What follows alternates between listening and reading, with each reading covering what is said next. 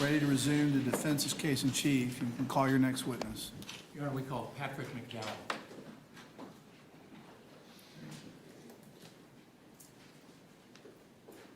Do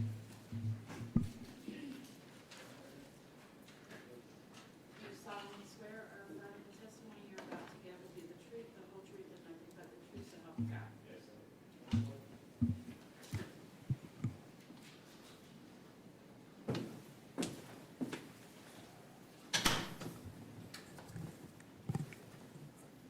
You may proceed. Please tell us your name and spell your name for the court reporter. Patrick McDowell, last name McDowell, And what was your date of birth? 8/27/86. Mr. McDowell, how do you feel about what you did? Well, the first thing is I want to take the opportunity to apologize to the family of Deputy Moyers and the deputies that he works with, all the people that I took something I can't give back. And if I had my way, if my death could bring him back, we wouldn't be here today. I wouldn't be here today. And I want to apologize to everybody that was affected by what I did, both my family, the residents in Callahan who were afraid for their children while I was on the run, all the people I put in danger. I feel like it's not fair for everyone to get up here and speak for me about what I did. I feel like these people deserve to hear what happened and why. And I feel like I should be the one to tell them that. Who was the coward out there that day? That would have been me. Deputy Moyers, he did his job so well that I wasn't doing anything overtly, and he still took one look at me and knew that I was up to no good. The way that he interacted with me was polite. It was friendly. There was nothing that he did that provoked what I did to him. What I did was cowardly. What I did was something that, for me, myself, I believe that there's really nothing worse than you can do than take a man's life just for doing his job. You watched the video. How did that make you feel?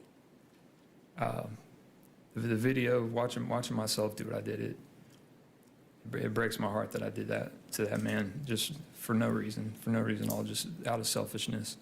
And I remember everything that happened that night. I remember everything he said. And it makes me sick to think that I did that. I'll never forget it. I'll play that video. I've played that video for 3 years over in my head. I've played what I saw and what I did that night over in my head. It makes me physically sick to think about it. You heard the statements of his friends and his family. Yes, sir. It was hard to listen to, but I feel like I don't think that there's anything that I can say or I can do to alleviate that pain, and I wish that I could. I mean that sincerely. I wish that I could take it all away, and I took the life of a man that was better than me. I'll never forgive myself for that, even if they do find forgiveness for me. I'll never forgive myself for that. You realize that what you did affected a lot of people.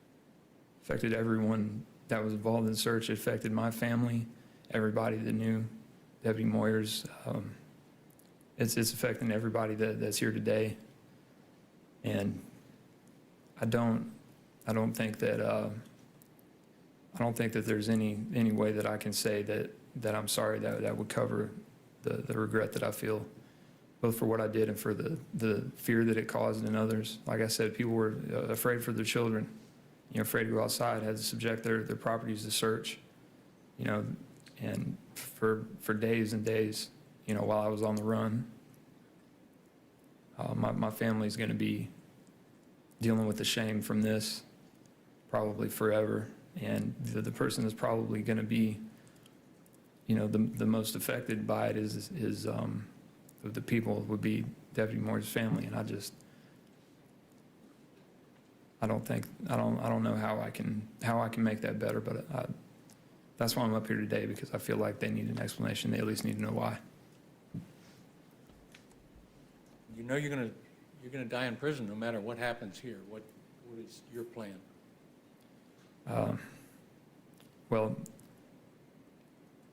it's been a very long time since I've had positive relationships with anybody in my life, and I plan to spend the time that I do have left, whether it be on death row or whether it be spending the rest of life in prison, trying to better those relationships. I burned a lot of bridges with people, and I want to start repairing those.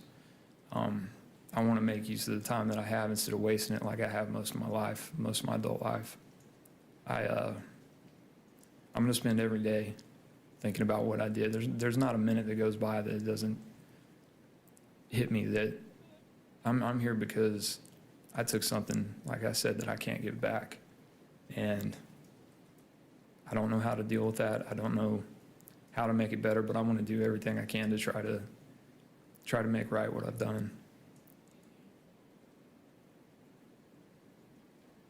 That's all I have, Your Honor. Thank you. Cross-examination.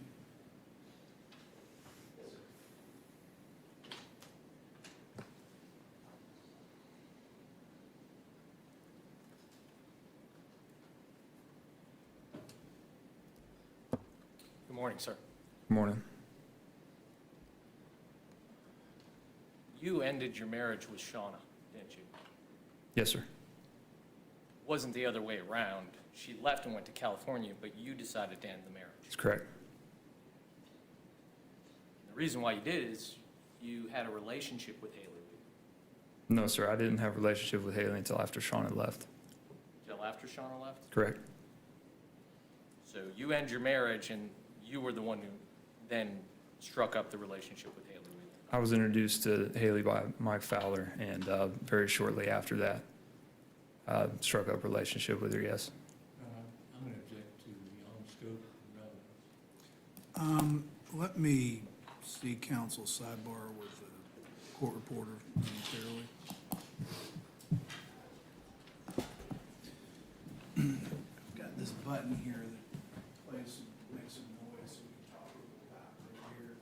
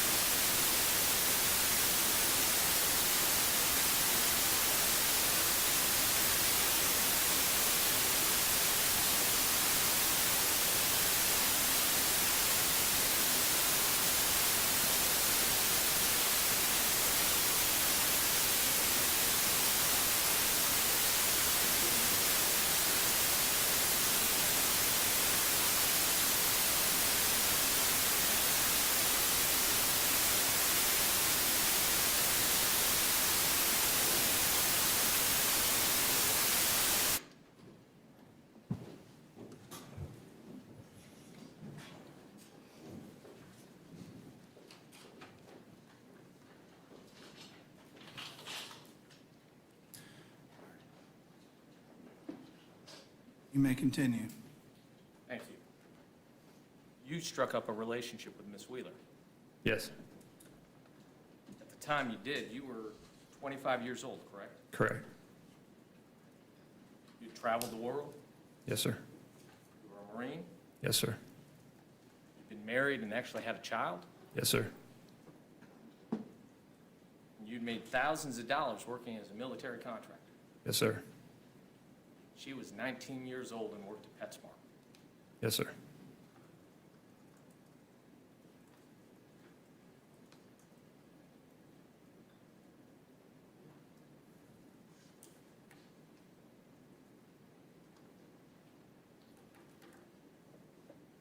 You've heard about your legal troubles here in Florida, and Mr. Chipperfield discussed your troubles in Illinois before the Marine Corps, correct? Yes, sir.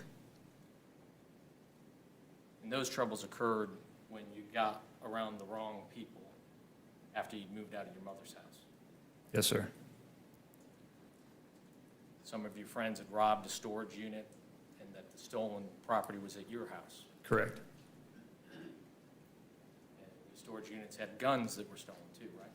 I never saw the guns, but yes, But you agreed to hold stolen property. I did. And you got arrested for what you did. Yes, sir. Spent 11 days in jail. Correct. But then your father, Richard McDowell, came up and spoke on your behalf to the court, and took custody of you, and you came back down to Florida. Yes, sir. Others spoke on your behalf too, correct? Yes. And you pled guilty to lesser charges, I did. because the charges as they were levied against you would not have allowed you to go into the Marine Corps. That's correct. Then after you had left Shauna, after you garnered a relationship with Miss Wheeler, that's when more legal troubles began, correct? After a while, yes, sir. After a few years. Yeah, because for a while you weren't getting in trouble. No, sir, I wasn't. You were working, you had gainful employment, Yes, sir. but at some point you decided to start using drugs. Yes, sir. This decision resulted in a DUI arrest in Indiana. It did. Your Honor, I'm going to object to be on the scope. All right. Overruled. Resulted in the arrest where you'd stolen from your grandparents Yes, sir. thousands of dollars. Yes, sir. These are people who cared about you, correct? Yes, sir, and I took advantage of them. They probably, if you would have asked for the money, they probably would have given you money, right? Probably, yes, sir. But you stole thousands of dollars, and when you were arrested for stealing from your grandparents, you had drugs on your possession. The drugs were in the vehicle, yes, sir.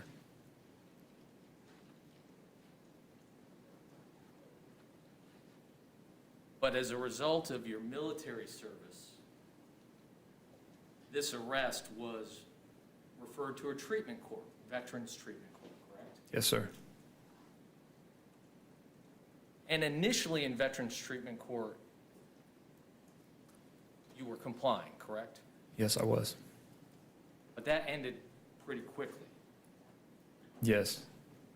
You failed to appear because you were using drugs after you were given this opportunity to go to Veterans Treatment Court. Yes, sir. In fact, I had used fentanyl in a suicide attempt, and I ended up in the hospital. And as a result of your violation of the outpatient, meaning out of custody portion of Veterans Treatment Court, the judge who presides over Veterans Treatment Court placed you in Matrix, which is an in-custody incarceration drug treatment program. Yes, sir.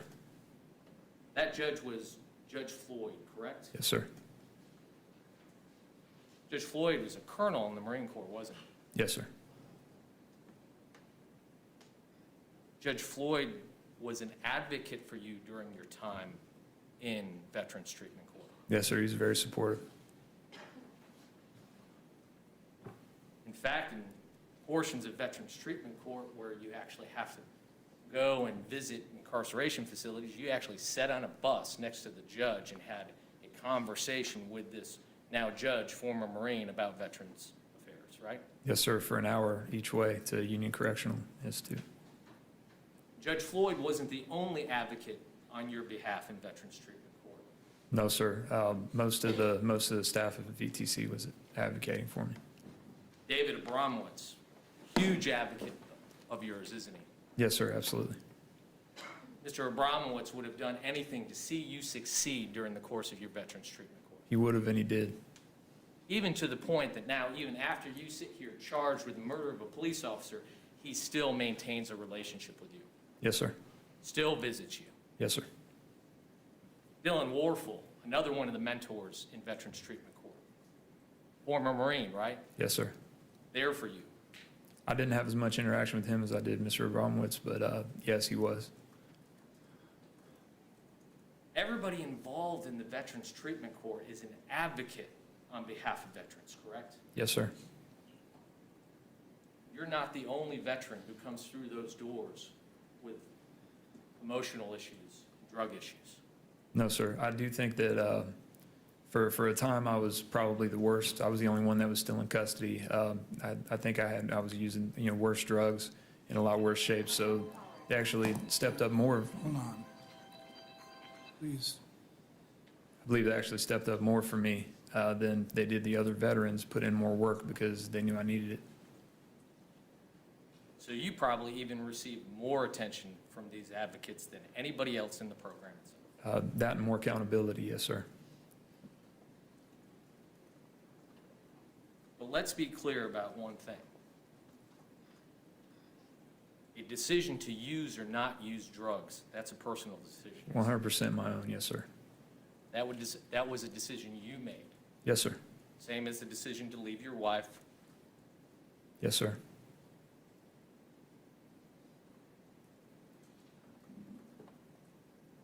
And after you were released from the in-custody portion of your treatment in Veterans Court, where you were incarcerated in the Matrix program, there was a period of time where, again, you were doing well. Yes, sir. You had all those advocates working on your behalf. Yes, sir. And as I said before, accountability, which is extremely important to somebody that's a drug addict, especially, that soon after being released. But sometime between December and March of 2020, you started down the wrong path again. I relapsed the day that COVID shut the courthouse down.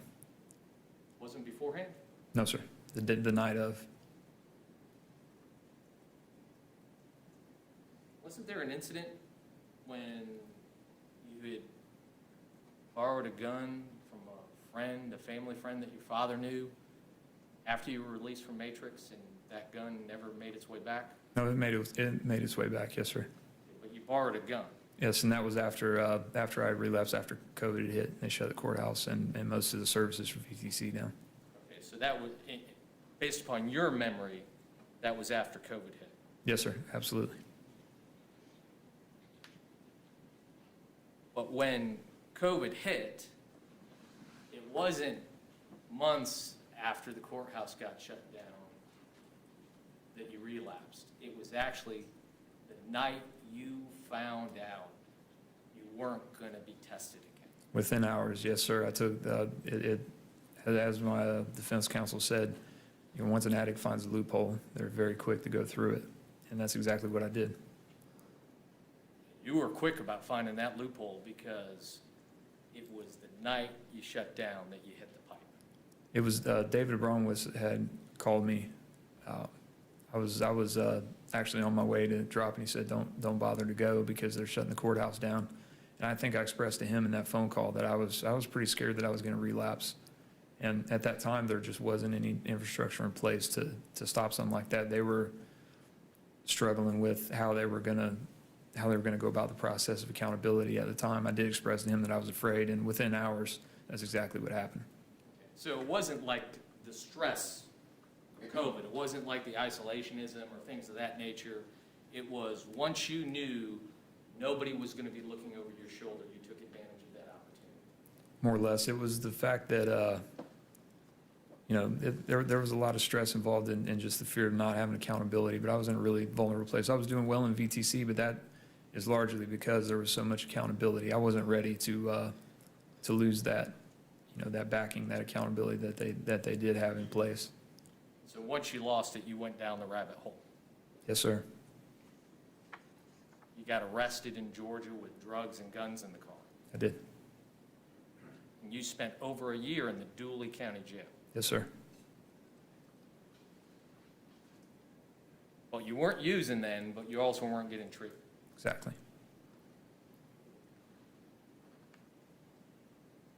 And because of your failures with VTC, they actually rejected you out of the program and sent you back to normal prosecution, correct? It was because obviously I couldn't show up for court because I was incarcerated in another state. But when they got you back from the other state, they didn't send you back to VTC at that point. No, sir. They offered me a choice when they gave my case back to a regular circuit judge, and they offered me a choice to take probation and upon completion, drop the felony charges so I wouldn't be a convicted felon, and the option of just taking the felony charges with no probation, paying restitution. And you decided to go on drug offender probation. Yes, sir. I was looking for the accountability. And you were able to make it for about a month A little over, yes, sir. before you made the decision not to be accountable. That's correct. You heard from the probation officer during the course of the state's case, right? I did. He was there to support you, correct? Yes, sir. Him, the probation officer that had dealt with me prior to that, before I had changed my address, both of them tried to be supportive. Even to the point where the state agreed to pay for your drug treatment. Yes, sir. I was enrolled in a group treatment program, similar to what they use in Matrix. Similar to the program that was successful while you were in VTC. I have different opinions about the successful nature of the Matrix program. A lot of us that have been through the program refer to it as like a finishing school for drug dealers. And they release you into halfway houses, and really the only people that you interact with as part of the program are other drug addicts. And relapse is contagious as well. You go to the same meetings with these people. When I got back from Georgia, the first thing that happened was I started running into people I knew from Matrix, and those are the people that I ended up relapsing with. Because just like every program, it's only as good as the individual who's going through the program and making the life choices at that point in time. That's correct, and I would expand that to say that it's more inclusive than that. It also relies on the willingness of other participants in the program because it's more of a community-centered thing. We're supposed to support each other. In addition to the Veterans Court employees and your probation officers, you have a family who loves you, Yes, sir. a family who is supportive of you, Yes, sir. a family who wanted to see you get help. Yes, sir. At some point in time after about a month or so, you knew that you had a warrant outstanding for your arrest. Yes, sir. You knew you were facing potentially up to 30 years, according to what was being told to you in Georgia. That was the point at which I relapsed. Once actually my dad had sent me an email of a letter that he had received at his house, and it stated that I had 17 new charges in addition to the ones that, or 15 new charges in addition to the ones that I'd been held in Georgia for. I went from being 2 low misdemeanors to some pretty high degree felonies. And so family members, your dad, your mom, others, were trying to encourage you to turn yourself in. Yes, sir, they were. But you turned your back on that, and you turned to the drugs. Yes, sir, I did.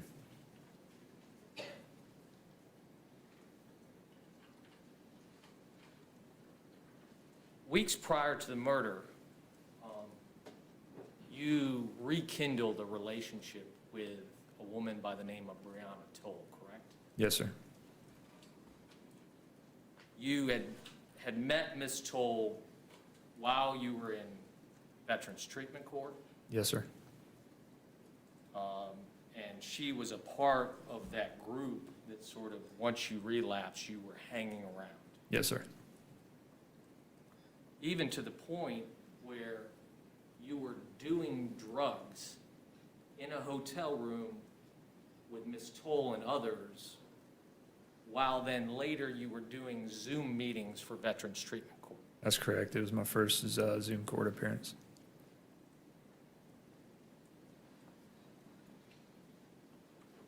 So in one moment, acting like you're being compliant with Veterans Treatment Court, and in the other moment, you're back at the drugs. That's correct. And you rekindled this relationship after being incarcerated for over a year, sort of by happenstance, right? We just happened to be at the same gas station at the same time. I was with some other friends in a gas station that shares a parking lot with their apartment complex. The 7-Eleven, right? Correct. And I came out of 7-Eleven, she was going in. She was meeting up with some of the individuals you were with, correct? I think so, To buy drugs. most likely. And at that point in time, you weren't living anywhere, right? You were living out of the van? I was staying with a friend at the time, but I spent most of the time in the van because, as is the nature of meth, I didn't spend much time sleeping, and I was selling drugs at the time, so I spent a lot of my time driving around. And that van, you knew it was stolen. Yes, sir, I did. The person that gave it to me to pay one of his drug debts, and he told me he got it from his mom. And I found out later on that it was actually stolen from his mom.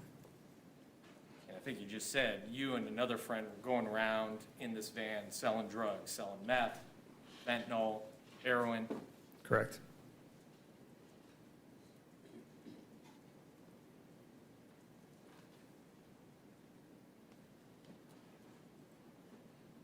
On the day, I won't even say on the day that this occurred, I think there was some testimony about Ms. Toll coming up to get you out of Nassau, that you had communicated with Ms. Toll. Yes, sir. During the manhunt, you were able to commandeer an iPad and access Facebook, and you were able to communicate with Ms. Toll. Yes, sir. Convinced her to come get you. Yes, sir. She drove up in a Toyota RAV4, correct? Yes, sir. It wasn't her car, was it? No, sir. In fact, one day when you went to the grocery store and she was back at the apartment, you just came back and threw, I'm going to object that this is being Yeah, I'm shown. not sure where this is going. That's sustained, all right? you knew that car was stolen, correct? Because you stole it. Yes, sir. Objection, Your Honor, same objection, and ask for strike. All right, it's It's sustained. also non-statutory. It's sustained, and the last question and answer will be stricken and not considered by the jury. Continue. So you had been staying with Ms. Toll at the apartment complex directly behind, I guess it's the LA Fitness right there on Atlantic and Kernan, correct? Yes, sir. Sorrel, I think it was called.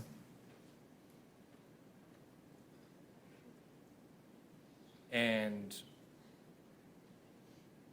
the rifle that's here in the courtroom that you took into the woods that night, Ms. Toll actually stole that and gave it to you. She did. But on September 23rd, even though you'd been doing drugs and staying with Ms. Toll, you decided to go out with Noel Gannon. Correct. She had contacted me because I told her that I had gotten the van back from my friend Andy, who had taken off in it. And she had been contacting me for a couple of weeks, trying to get me to hang out, or just, trying to, essentially I think she was trying to get drugs out of me, but we never hung out before. Her boyfriend was in jail. So she had contacted me in the weeks prior, and also that night contacted me, come get me. Okay. And you agreed to do so. Yes, sir, I did. And really, there wasn't a romantic relationship between the two of y'all. No, sir, never had been. The only real reason for you all to get together was to get drugs. To hang out together and get drugs, yes. But you lied to Miss Toll that night and told her that you were going to your father's to have dinner and potentially get a stimulus check. Yes, sir. If there wasn't anything romantic between you all and you're just going out to do drugs that Miss Toll uses with you, why'd you lie to her? That's a very good question. It's one I've been asking myself as well. It's a pretty illogical thing to do considering that Bree and I had a mutual agreement that we weren't in any kind of exclusive relationship. I mean, it was pretty explicit between us that, there's no title, there's no exclusivity. I'm still not sure why I felt like I had to lie to her. But you did lie to her, and you went out and you picked up Miss Gale, and you went and bought the drugs from Kane behind the big lots, like she said. Yes, sir. And it was your decision to come to Nassau County. It was. I had, for, I don't know, maybe 100 times I'd been to the boat ramp off of Route 2 in that area to ride four-wheelers with my son and go out there by myself, fish or camp or whatever. Just spend time out there in the quiet. And so you were going to go out and go trail riding, right? More or less, yes, sir. Shoot guns and do drugs. Yes, sir. And at some point, you look down and you realize you were low on gas, so you had to go and try to find gas, right? Yes, sir. Went to St. George. The two gas stations in St. George were both closed. We went to one right there at Brandy Branch River Road, and that was closed, so we just continued on to Callahan. And you ended up at the gas station where Deputy Moyers' truck was parked in the parking lot. He wasn't there at the time we pulled in. There were several other jacked up trucks there at the time, peeling out, doing donuts in the parking lot, things like that. And Noelle and I both went inside. She went to the bathroom. I went to the bathroom, came back out, and as I was standing in the gas station, I saw his truck pull up just in front of the front doors. So you knew Deputy Moyers was in the parking lot when you came out of the gas station? When I came out of the gas station, I looked at him and actually nodded to him. You actually rearranged some stuff in the van, right? Yes, sir. Cleaned the windows in the van. Yes, sir. Waiting on Noelle to come out. Noelle said you did drugs in the van in the gas station parking lot. And when we first pulled in, Okay, so that was before Deputy Moyers got there. correct, before we went inside. It wasn't as if you knew there was a police officer in the corner and you guys were smoking drugs in the van. No.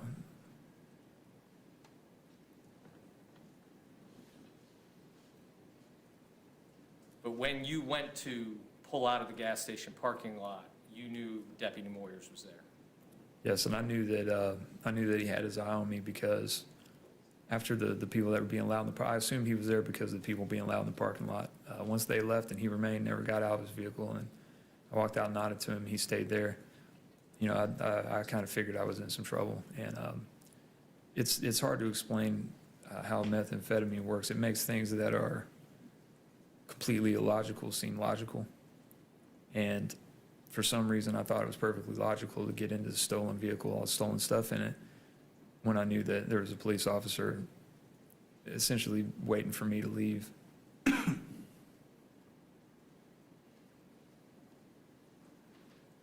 you knew he was there, and the moment when you pulled out and he pulled out after you,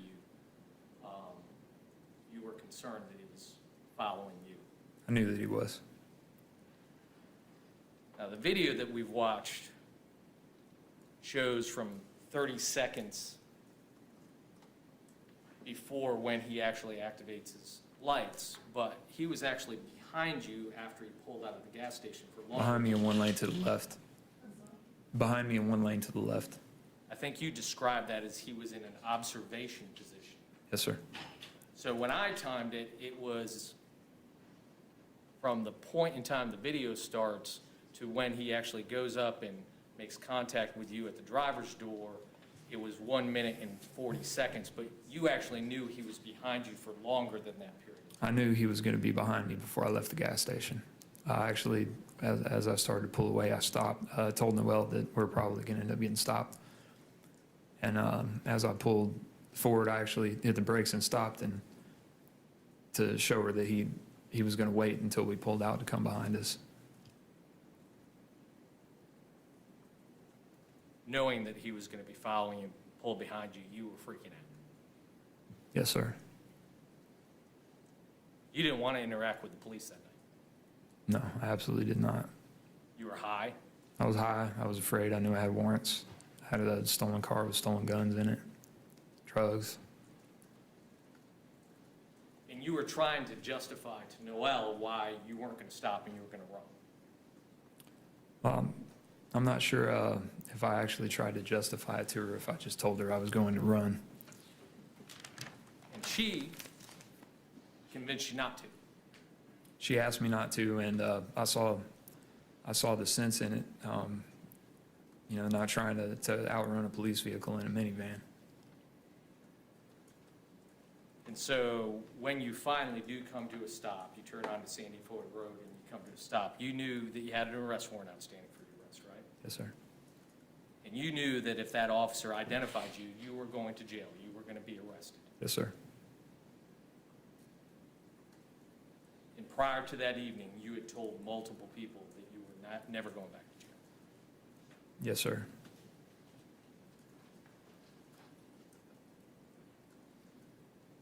But your first option was to try to talk your way out of the situation, wasn't it? Yes, sir, it was. You had enough sense about you to lie and say that you left your driver's license in your pants pocket back in Jacksonville. Yes. You stated that you had borrowed what is the stolen van from a friend. Yes, sir.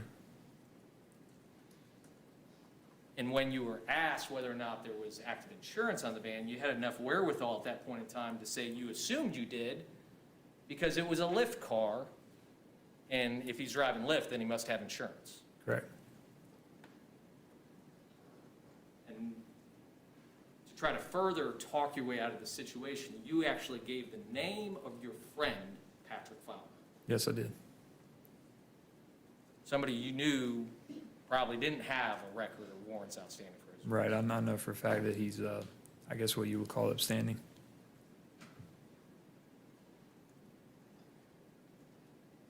Tried as hard as you could to talk your way out of that situation. Yes, sir. But you had a stolen van, stolen guns, drugs, you're high, and you knew you had an arrest warrant. Correct. You also knew you had that H&K 40 caliber in that car, right? Yes, sir. That was one of the stolen guns that you had received as payment for drugs. Correct. And the other was the .308 rifle, the Remington 700.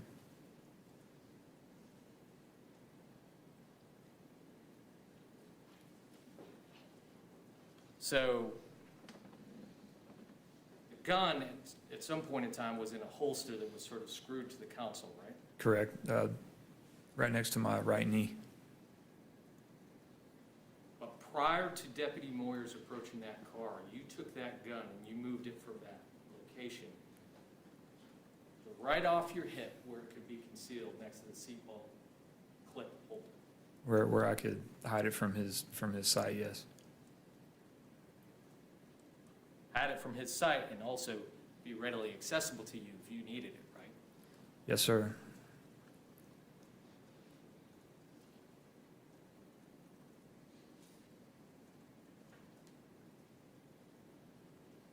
And at the point in time when Deputy Moyers asked you to step out of the vehicle, you knew in your mind at that point in time you were going to jail. Yes, sir. And almost at that exact point in time, the railroad crossing alerted and diverted Deputy Moyers' attention. Yes, although I wasn't really aware that it diverted his attention at the time because it diverted mine as well.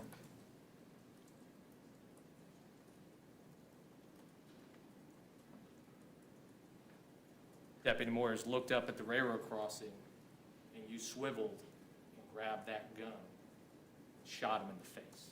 Yes, sir. Because you knew in the car, in your words, was good news. Out of the car meant you were going to get arrested.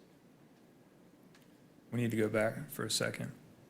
First thing I want to do is I want to apologize to my defense team for what I'm going to say, because they're not going to like this.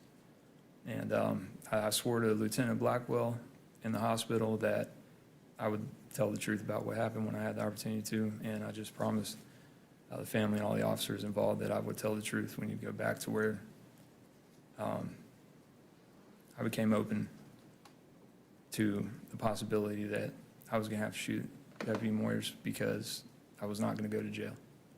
And my first option was to run. It didn't make sense to run. Noel brought that to my attention, so I didn't do that. My next option was to try to talk my way out of the situation. I knew that there wasn't much of a likelihood of that. And then as I was trying to talk my way out of it, I started to hear a train coming in. As I said, the illogical seems logical when you're on meth. That's not an excuse. I want you to understand anything I'm saying about the drugs is not an excuse. I was the one that made the decision to use them. And knowing what they do, it alters your reality. Everything that seems unreal, to a normal person seems perfectly logical in the moment on meth. And at the time, it seemed logical that if the train would come, I could take off across the tracks and him not pursue me. Once I started to hear it coming before the arms came down. When I took the pistol out of the holster and put it down beside me, I checked the chamber to make sure I had a round loaded, because I knew that if it failed, then I was willing to do whatever I needed to do to get away. And that included shooting the deputy. And I did that without a single thought of taking a man's life. I was 100% focused solely on myself. Cold, calculated, premeditated. Sir, I put the gun down. I tried to talk my way out of it, and still had my seatbelt on at the time. My plan was still to try to run away. If you watch the video closely, you'll notice that the brake lights never come off and never put the vehicle in park. I had no intention of remaining there. I was just waiting for the opportunity that I could leave and not be followed. And you made sure you weren't followed when you put a .40 caliber in his face. Getting there. Whenever he reached for the door handle, I've stated several times that I felt pressure. I think I said that to some of the experts. And I did, because it seemed like my options were closing to me. All my options to get away without violence were closing to me. But when he grabbed the door handle and the crossing arms came down, I realized that I wasn't going to be able to get away from him unless I stopped him. So when he asked me to step out, I turned my body to reach for the seatbelt. I took the gun out and I shot him. And then as he fell, I fired 2 more rounds to make sure that he wouldn't be able to come after me. And then I took off and I just left him there in the street, assuming he was dead. And Because like you said, you put 2 more rounds in his back to make sure he wasn't going to fire. I did, yes, sir.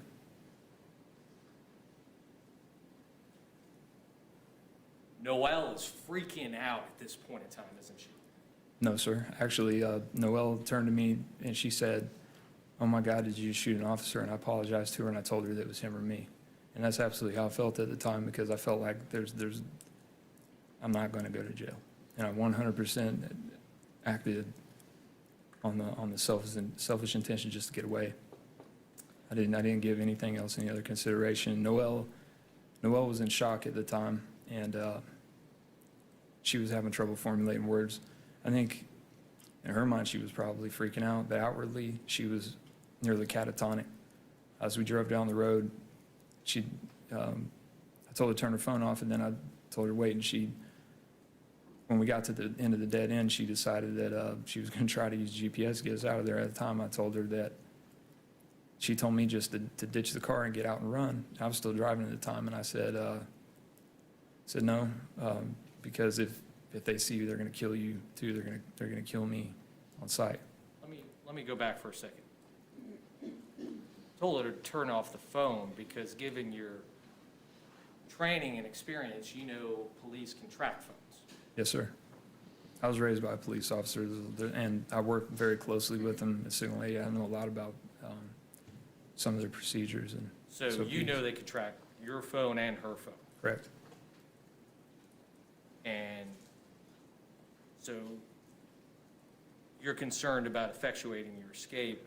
Eventually, you come to a point where you ditch the van, right? Yes.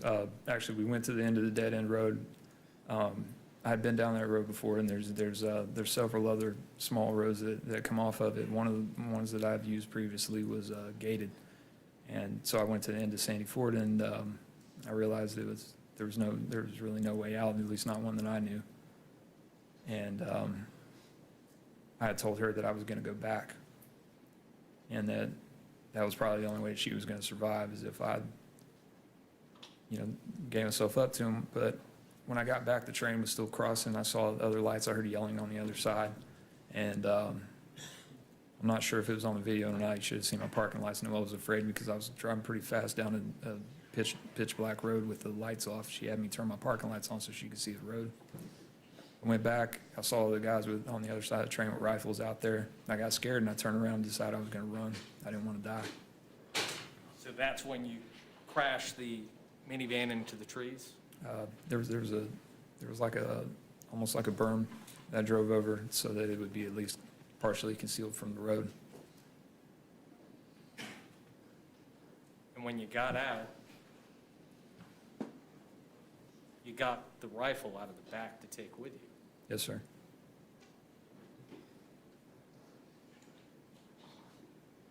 Because at that point in time, you believed the best way not to die was to be aggressive. Yes, sir.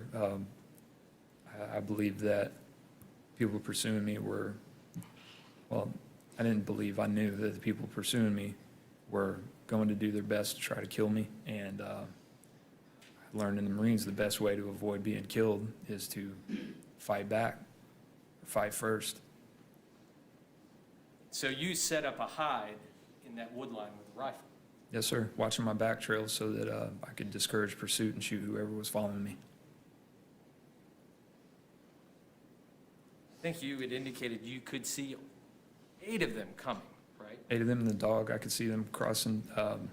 They were using their flashlights intermittently, but the way that the moon was that night, it was almost like they were backlit. I saw them very clearly. I was looking at them through the rifle scope with the round chamber and the safety off. I was ready to engage them as they came across the field, beginning with the dog handler because he was using his light continuously, and that was the easiest target. And at that point in time, you had 3 options. The passive option which was just walk out and give up, right? Well, I don't know if you consider that an option, knowing that would certainly get you shot. Well, they didn't shoot Noelle Gale, did they? No, I'm glad you brought that up because after she and I had exited the car, I started bringing her along with me. She didn't resist. She was too catatonic to resist, and she told me that she couldn't run. She wouldn't be able to keep up with me, and it occurred to me that I had no reason to take her along with me. She hadn't done anything. I told her to turn her phone back on and give me 5 minutes head start and then call 911 and start walking down that road. And I told her to call 911 because that was the only way she'd be able to let them know that she was coming and she wouldn't get shot. I said, if you don't, they're going to shoot you. They're going to kill you. They don't know what happened or who did it. They're going to kill you.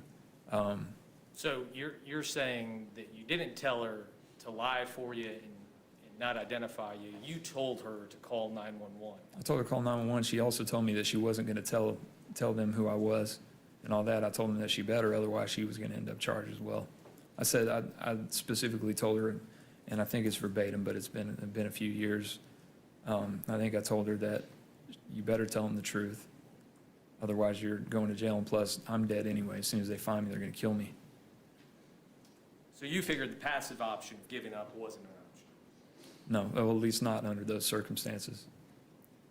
The aggressive option, shooting, you had that still available to you. Yes, sir. That would have served the purpose of stopping the immediate pursuers and also giving the future pursuers a lot more caution, make them less effective in a search because they'd be more concerned about their safety. So to be clear, when you fired, you did it deliberately to instill fear in those officers? No, whenever I fired, actually while I was behind the rifle, and I'm not sure why, but the feeling came to me, I didn't want to hurt anybody else. It was at that time I started to feel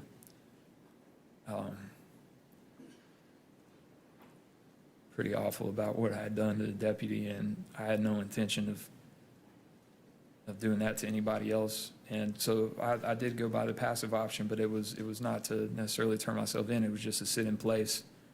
I put the rifle down on the ground, and I backed up against the tree. And for some reason, I thought they would just bypass me. And they sent the dog into the brush, which I hadn't anticipated. I figured that they wouldn't send the dog into such a thickly wooded area knowing that I was armed, but they did. The dog came underneath the bush that I was hiding behind and latched onto my forearm. And within a second or two after he did that, I used the pistol that I still had to shoot the dog so it'd get off of me. With your left hand? No, I had a hold of my left hand, and I shot with my right hand. Then they fired, I think, by your account, almost 100 times. Yes, sir. And I took as much cover as I could behind the fallen log. You've seen evidence, it's pictures from evidence. And, at that point, I prepared myself. I was sure that that was it. I was going to die. I felt the round skip off my head, it snapped my head back, and I felt the round hit the bone in my hip.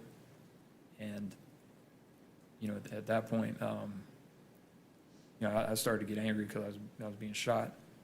But I still, refrained from returning fire.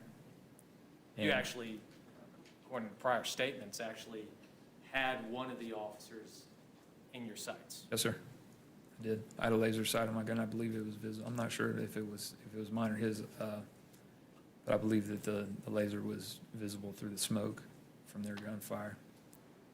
You think that's mitigating, that you only killed one police officer and No, not multiple? No, sir. I believe it's the truth. But you decided to get up and run, and that's when you intentionally fired what's commonly referred to as suppression fire, to instill fear in them to hold them in place. Yes, sir.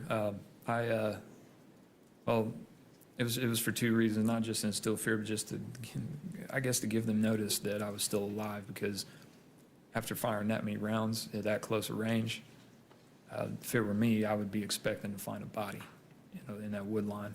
And Well, explain that to me, because that doesn't seem to make much sense to me. So, if you were quiet, they wouldn't know you're not dead, and maybe that could have assisted in your escape. it wouldn't, there was no getting out of that hide quietly. If you saw, there was lots of vines and things like that, and several of the officers said that they heard a lot of brush moving around and things. It's because I was trying to disentangle myself from the vines. And once they stopped firing, I was in disbelief that I wasn't dead. I prepared myself for it. I just kind of laid there and let them shoot me. And as I was running away, I got to the other side of the wood line where it opened up into an open field, and I turned as I was running and fired over my shoulder. It wasn't at the deputies, and I assumed that they were, or the officers, I assumed they were already coming through the wood line. They weren't. I know that now, but I was trying to get their heads down. I was trying to keep them from shooting me as I crossed an open area. So you decided to use violence just to effectuate your escape. Yes, sir. At least the threat of it.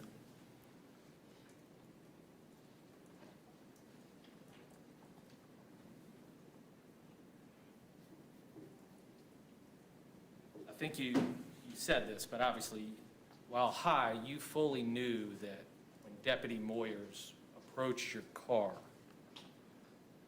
there was a police officer standing at your driver's window. Yes. Deputy Moyers was calm. He didn't do a single thing to provoke me. He didn't do a single thing wrong. He was, actually more polite and friendly than I would have expected. And I believe it was Ms. Ivy Carter's victim impact statement where she said that he was proactive at work. And I like to, give my opinion of that. I think that what that means is he actively put himself between someone he thought was up to no good, was doing wrong, and the people he swore to protect. He put himself between me and all of you. And, he did that of his own accord. He followed me into a dark area. He put himself in harm's way.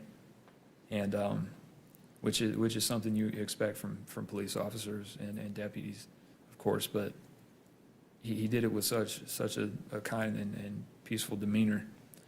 There was no provocation. There was none. He didn't do a thing wrong.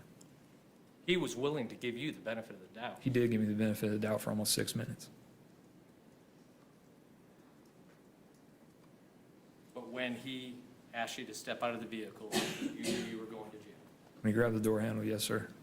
And at that time, after your preparation, you decided your freedom was more valuable than the life of Deputy Moyers.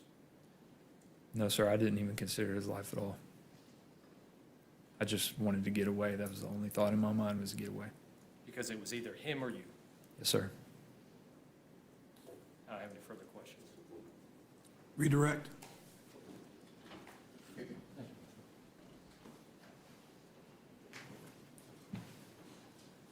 Mr. McDowell, you said at one point that when you're on meth, things that seem logical are illogical. Can you explain what that's like? It's separate from the paranoia and things like that. It's something I don't think most people know about when they think of methamphetamine, unless they've done it before. But once you've done it for days on end, you don't really understand that the decisions you're making, the things that you're seeing, or how you're perceiving events, you don't really understand that they're abnormal at the time. It seems perfectly natural to you. It's like a normal reaction to things. And for instance, that night, a lot of the decisions I made were completely illogical. They didn't make any sense. And, I remember making these decisions. I remember my mind state at the time, and I remember thinking that the things that I were doing made perfect sense. And now looking back on it, I realize how illogical they actually were. And I don't think I would have I know I wouldn't have made a lot of the same decisions if I hadn't been on drugs, but as I said before, I did take them of my own accord, knowing that was one of the effects. And I had been on for several days with no sleep. Well, Ms. Gale talked about the drug use that night. Had you been on a binge? Yes, sir. And had you had any sleep in the last couple of nights? No, and the last sleep that I had was only for a couple hours, and it had been several days before that I hadn't slept. You said that you could have shot these officers who were coming towards you backlit with flashlights on. Why did you not shoot them? Because I didn't want to hurt anyone else. I had already taken the life of a deputy, and as contradictory as it's going to sound, like I said, I was raised by a police officer. My brother was a police officer. He's an FBI agent now. I have several friends that are police officers back home. I grew up around them. They used to come watch wrestling at the house. I know what they do for a living. I know the risks that they take. And of all the people that I could have hurt, for me to have hurt a police officer, a deputy, doing the exact same job as some of my closest family members and friends do, something that at the time would have, at the time where I was working with them, would have angered me to the point that I would have loved to chase down and shoot the guy that hurt one of my brothers. It's just, I don't know where in my life things changed to where I would kill someone serving a role that is one of the most respectable things in my eyes. I don't understand where that happened, where I became capable of doing that.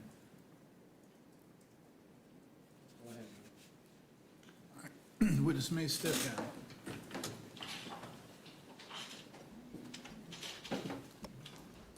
All right, ladies and gentlemen, it's 10:30.